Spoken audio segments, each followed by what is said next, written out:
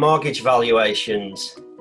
I know we've both been affected by this one because we're both between, you could say, between products or not on product, or wanting to be on a mortgage product. How are you being affected by no valuations, Stephen? Quite substantially at the moment. It's so far not a problem other than a delay, how it feels at the moment. So had a flat completing in a couple of months, which I'm really keen to get a mortgage valuation done on. As it stands, no lenders are going out, so just nothing's happening. Because that one's a new build block, they're reluctant to do it sort of from the desktop because they literally have no idea roughly, what it's worth or what the equivalent is, because there's not a really obvious thing nearby that they can compare it to, and other things in the block aren't up for rent at the moment. So that's a challenge, but I'm sure we'll get over it as and when the time comes, as we get closer and closer to the deadline. The other thing is we have something that's due for refinance, which I talked about in another video.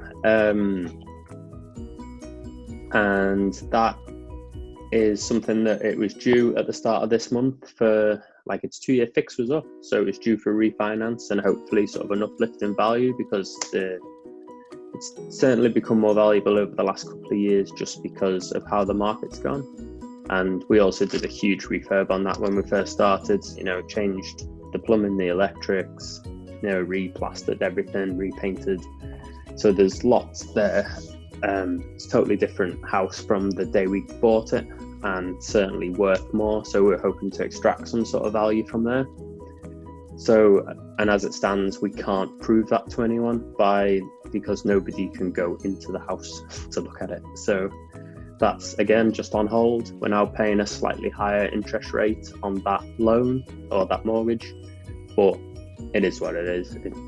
If it means we have to delay it by 3 months, it still should be, it's not a disaster. It just means that we can extract the value later. And then, 2 more in terms of properties bought in cash in December with investor finance. Investors getting their interest every month, no bother, still doing the projects on the properties until they're filled and there's a few months sort of rent records. Yep. Then realistically, we're not going to be looking to take them onto a product. And it's just a case of, well, if valuers are going out when that comes around, then hopefully we'll be able to sort that out as well. How about yourself? You've got more there than me. So I've got a couple of products that I could do. One, we've been on a mortgage now. It's still on private investor finance, so obviously more expensive than the mortgage rates that are kicking around now. But yeah, as soon as we can get a surveyor out, I hope to get that one completed as soon as possible. And the HMO when it's finished, basically. And then the new build is on expensive development finance, but we can't do viewings, so that's on hold. So we are where we are. The biggest issue seems to be, I think, it's like obviously mortgage companies are willing to do the desktop valuations, but they're obviously going to be quite conservative. And where we both are probably in our businesses is that usually the next valuation, we need them to really, really see the property, because we've uplifted the value either by doing some sort of work on it, or obviously by buying it at a very good price, through auction or wherever.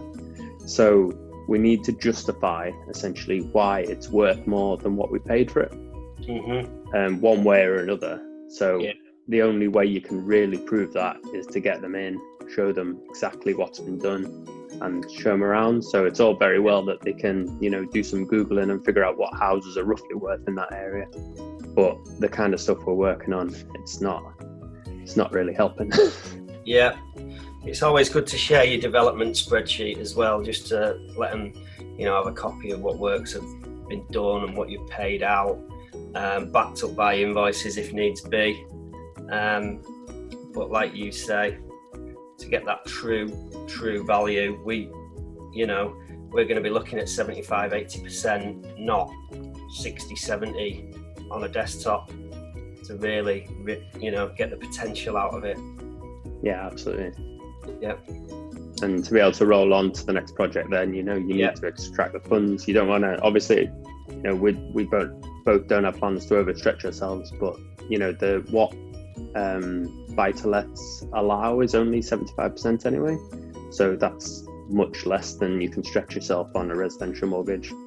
So, but within that bounds, knocking it back to 60% is really challenging to keep the business rolling. But yeah, that's your added value, isn't it? That 15% right there.